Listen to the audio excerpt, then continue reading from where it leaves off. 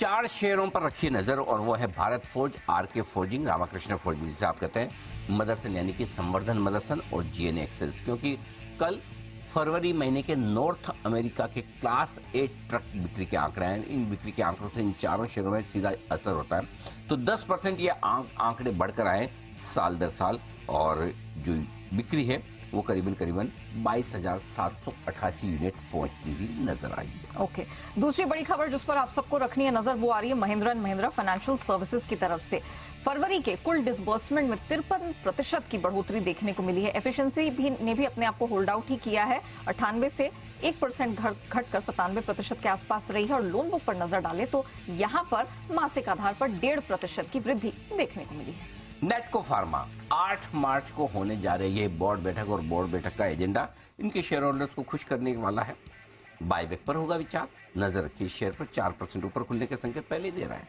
और राइट, इसी के साथ एलेम्बिक फार्मास्यूटिकल्स, इसको भी अपने रेडार पर रखिएगा। चौथे पायदान पर है आज टॉप 10 खबरों में। 1150 करोड़ का इम्पेयरमेंट चार्जेस ये लेगी। गुजरात में कंस्ट्रक्शन के तहत 3 मैन्युफैक्चरिंग प्लांट्स को लेकर इम्पेयरमेंट। यस बैंक और एसबीआई 2 शेयर रहेंगे रेडार पर।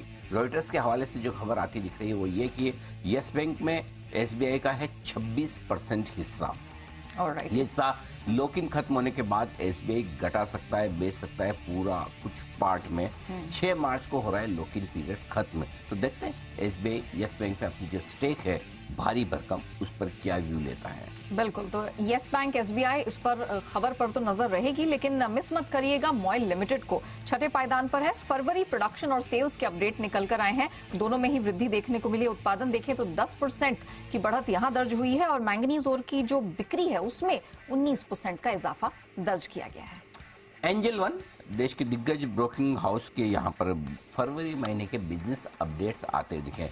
जो रोज का डेली टर्नओवर है उसकी एवरेज साल दर साल 98% बढ़ी है, यानी कि लगभग दुगुना हो गया पिछली फरवरी से इस फरवरी। लेकिन महीने दर महीने देखें तो 3% की बढ़त है। कैश मार्केट का टर्नओवर ये साल दर साल 36% घटा है और महीने दर महीने भी 4%, यानी कि आजकल लोगों का इंटरेस्ट कैश मार्केट में डिलीवरी लेने और देने में रहा नहीं, कम हो गया। वायदा कारोबार का टर्नओवर दुगुना हुआ है, 99% बढ़कर साल दर साल, और महीने दर महीने भी देखेंगे तो 3-3.25% बढ़ा, जो कि अच्छा कहा जाएगा। और क्लाइंट बेस पूरे साल भर में इन्होंने 50% बढ़ाया है फरवरी से फरवरी में कंपेरेटिवली फरवरी महीने का। और महीने दर महीने देखेंगे यानी जनवरी से फरवरी में देखेंगे तो 3.5% क्लाइंट बेस बढ़ा है।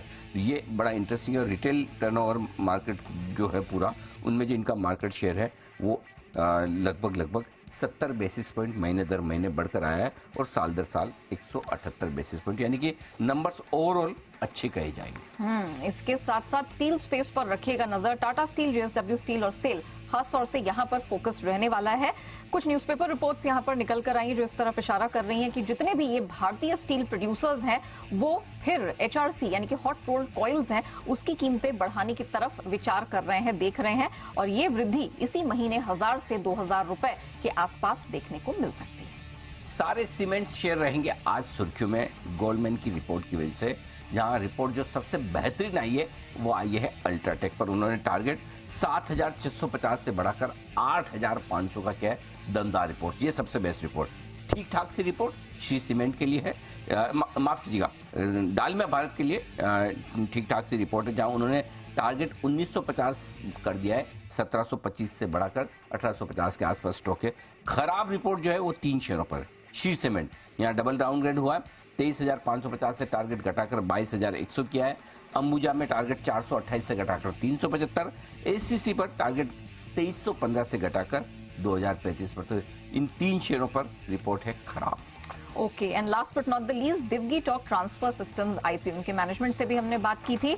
आईपीओ खुला था 1 मार्च को और आज ये होने वाला है बंद। अब तक इशू 38% तक भरा है। रिटेल की तरफ से 1.5 गुना हमने इशू को भरते हुए देखा है। आपको बता दें साइज 412 करोड़ का है। नंबर ऑफ शेयर्स 71.5 लाख के आसपास के दिखे और प्राइस बैंड इसका रहा 560 से 590 के बीच।